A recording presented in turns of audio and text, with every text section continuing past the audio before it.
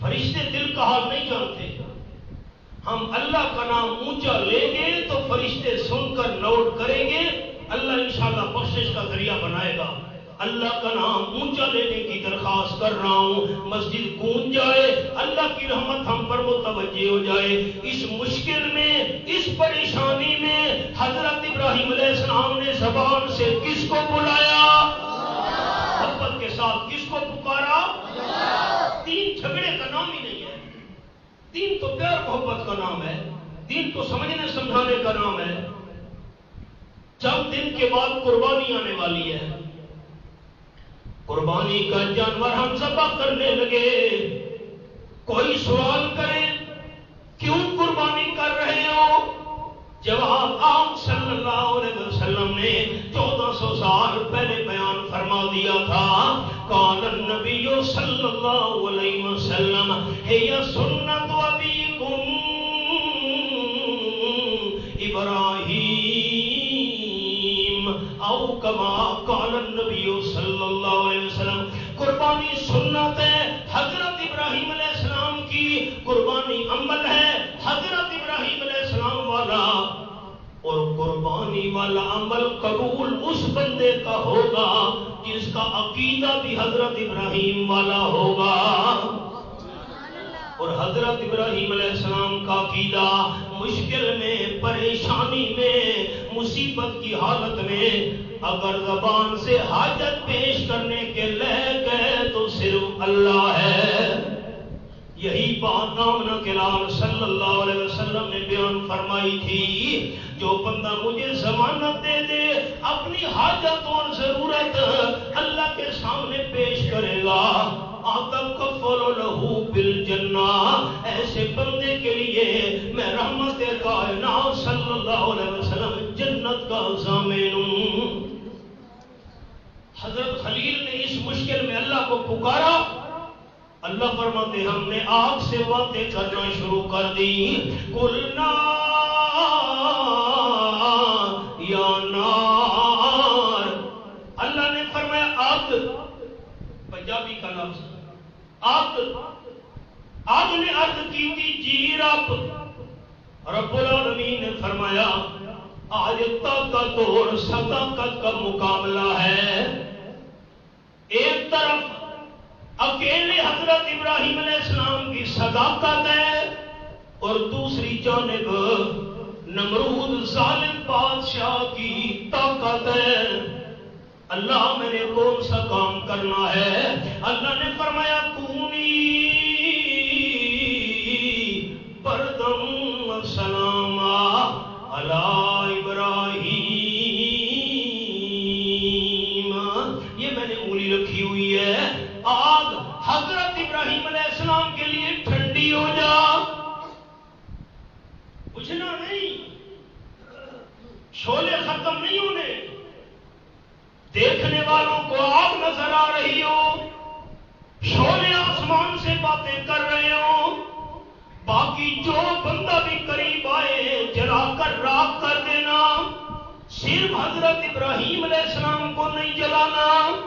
اللہ نے حضرت ابراہیم علیہ السلام کے لیے آگ سے جلانے والی تاثیر کو چھین لیا.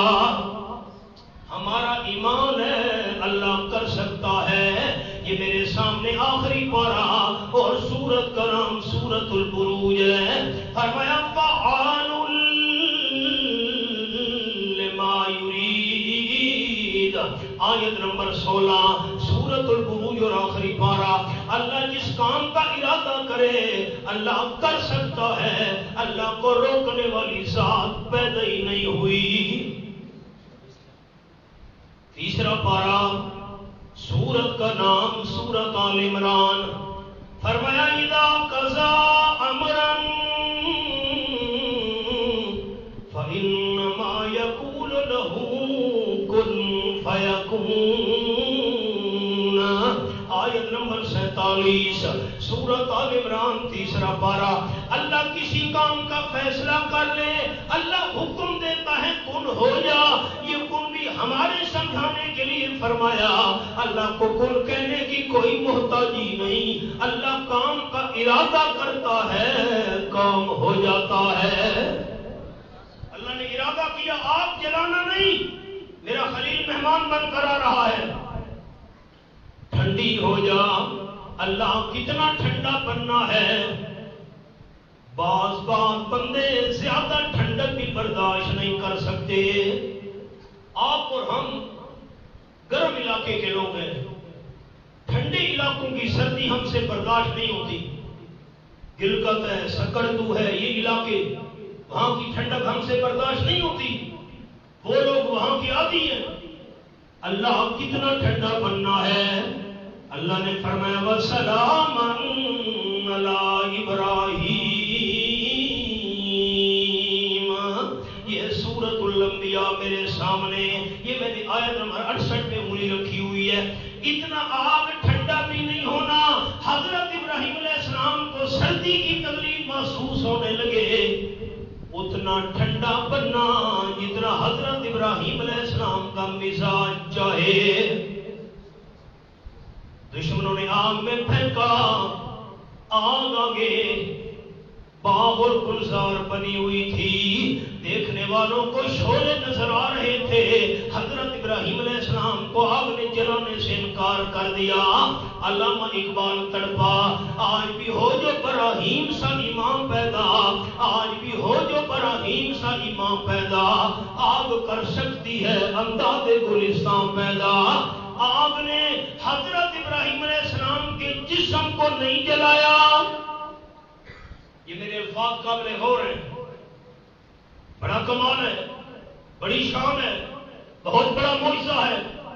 جسم کو آگ نہیں جلا رہی، اور جب رحمت کائنات صلی اللہ علیہ وسلم کا دور آیا، حضرت انس رضی اللہ تعالیٰ عنہ 10 سال تک رحمت للعالمین صلی اللہ علیہ وسلم کی خدمت کرنے والے، ایک روز حضرت انس کے گھر میں مہمان آ گئے، دسترخوان بچھایا، کھانا سجایا، مہمانوں کو کھانا کھلایا۔ کھانا کھانے کے بعد دسترخوان والا کپڑا میلا ہو گیا۔ حضرت انس رضی اللہ تعالیٰ عنہ نے خادمہ سے فرمایا، اپنی نوکرانی سے یہ دسترخوان والا میلا کپڑا، تندور کے اندر آگ جل رہی ہے، یہ میلا کپڑا آگ کے شعلوں میں پھینک دے۔ مہمان پریشان ہو گئے، حضرت ہم نے کپڑے پہ کھانا کھایا، میلا ہو گیا، آپ آگ کے اندر جلا رہے ہیں۔ حضرت انس مسکرانے لگے۔ خادمہ نے دیر ہی نہیں کی، دسترخوان والا کپڑا لپیٹ کر آگ کے شعلوں میں پھینک دیا۔ مہمان پریشان ہے۔ تھوڑی دیر کے بعد حضرت انس رضی اللہ تعالیٰ عنہ نے خادمہ سے فرمایا، ذرا دسترخوان والے کپڑے کا پتہ کر۔ جب آگ کے شعلوں میں سے دسترخوان والا کپڑا نکالا گیا، اللہ نے ایک دھاگا بھی نہیں جلنے دیا تھا۔ یہ کیا معاملہ ہے؟ آگ نے کپڑے کو نہیں جلایا۔ حضرت انس رضی اللہ عنہ فرمانے لگے، مہمانوں، جس طرح تم مہمان بن کر میرے غریب خانے پر آئے ہو، رحمت للعالمین صلی اللہ علیہ وسلم ایک روز مہمان بن کر میرے گھر میں تشریف لائے تھے، آپ نے کھانا کھایا تھا، کھانا کھانے کے بعد اس کپڑے کے ساتھ اپنے ہاتھ مبارک آپ نے صاف کیے تھے، اور جب سے آپ صلی اللہ علیہ وسلم کے ہاتھ مبارک اس کپڑے کو لگ گئے ہیں، کپڑا میلا ہو جائے مجھے پانی سے دھونے کی ضرورت ہی پیش نہیں آتی، میں یہی میلا کپڑا آگ کے شعلوں میں ڈال دیتا ہوں، اللہ آئینے سے زیادہ صاف کر کے لوٹا دیتا ہے۔